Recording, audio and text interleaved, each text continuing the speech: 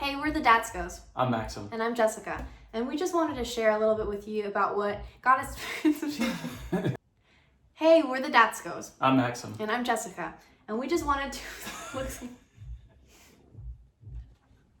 We just wanted to share a little bit about what we've been learning throughout this whole coronavirus situation. And yeah, it's been real, y'all.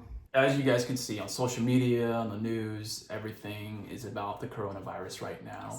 It's good to be aware. It's good to educate yourself. Definitely. But what I noticed is there's almost like a pull. It's trying to pull you and your attention away from the Lord. And so we just want to take this time to encourage you and talk about two types of fear that we see in Scripture and that we've actually personally experienced here recently. In Proverbs 1:7, it talks about that the fear of the Lord is the beginning of wisdom. That being said, we need to wash our hands, be practical, do things that the government is instructing us to do. It's not always easy, it's not always fun, but I think it will help us curb this virus that's spreading, around the earth. And then also the second type of fear that we want to address is in 2 Timothy 1:7, Paul talks about the spirit of fear. He says, God did not give us the spirit of fear, but he gives the spirit of power, love, and a sound mind. I think that's just so powerful that we can see in Scripture those two different types of fear. And we know that the fear of the Lord is a reverence of God, it's an awe of God.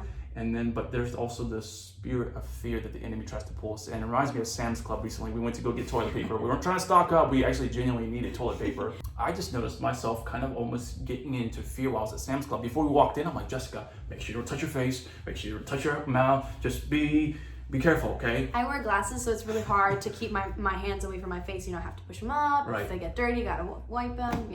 So in Sam's Club, I see her take her little finger, her little knuckle, and Jessica, don't touch your face. And I kind of hurt myself. I'm like, whoa. It was just this weird battlefield of mind, this warfare, this tension, this pull of getting into fear and falling into really almost faith into a coronavirus and catching this virus over than simple trust in God and being practical, be wise, but making sure I'm not being influenced by this fear that the enemy's trying to put on us. And you just said something interesting, faith in this coronavirus. You told me a few days ago he said something really mind-blowing for me. I'd never heard this before. Fear is faith in the ability of something or someone to harm you. Yeah, so I was like, wait, what? Like, fear is faith? And I was like, we're trying to dissect that. But then we started talking about how, what is faith? It's belief, it's trust. So then I went to Joshua chapter 4, and the Lord showed me an example of this. The people of Israel have just crossed the Jordan River with their leader Joshua. And he says to the people, "For the Lord your God dried up the waters of the Jordan before you until you had crossed, just as the Lord your God had done to the Red Sea when Moses was leading, which he dried up before us until we had crossed. That all the peoples of the earth may know that the hand of the Lord is mighty, so that you may fear the Lord your God forever." And then we see in the next verse, chapter 5, verse 1. "Now it came about when all the kings of the Amorites who were beyond the Jordan to the west, and all the kings of the Canaanites who were by the sea," these are the kings in the promised land that was promised to Israel, "they heard how the Lord had dried up the waters of the Jordan until the people of Israel crossed, and then their hearts melted, and there was no spirit in them any longer because of the sons of Israel."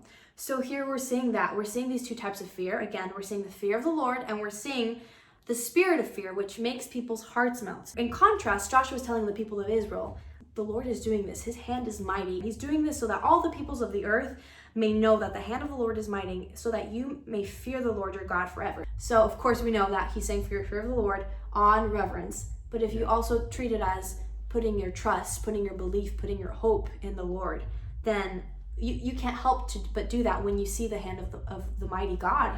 He parted the Red Sea. He now parted the Jordan River. It's pretty great. That's right. It's a type of faith. Yeah. You're having faith in God. When you're in awe of Him, when you're dwelling on Him and thinking about Him, it's a faith in God. And I'm reminded of what it says in the Message translation here in Joshua chapter 5, verse 1. And it's here talking about the Amorite kings and of course the Canaanite kings. And here in the latter part of the verse, it says, "Their hearts sank, the courage drained out of them, just thinking about the people of Israel."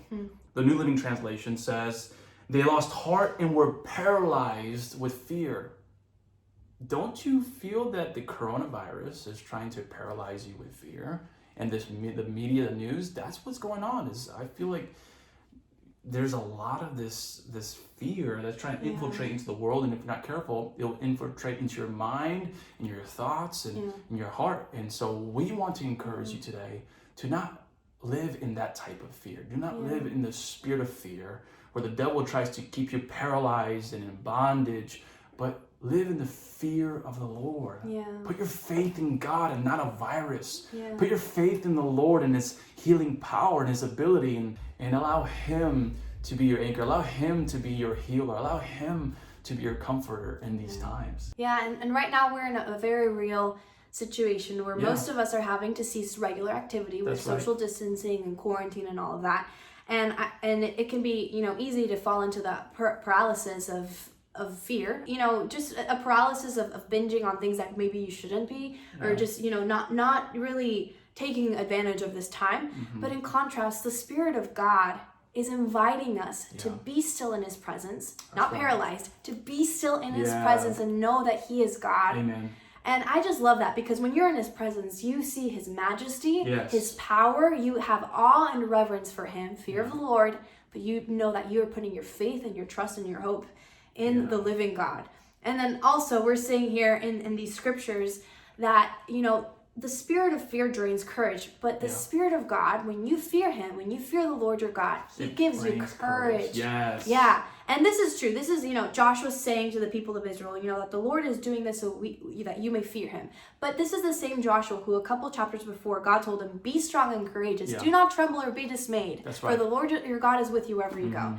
And I just love that invitation. Amen. Oh, I want to, just focus on that, on his power, his ability to heal, his ability to touch us, to protect us, and that no matter what, yea, though I walk through the valley of the shadow of death, you are with me. I will fear no evil. I want to put my focus on that. Amen. Yeah, that's so good. God is with us.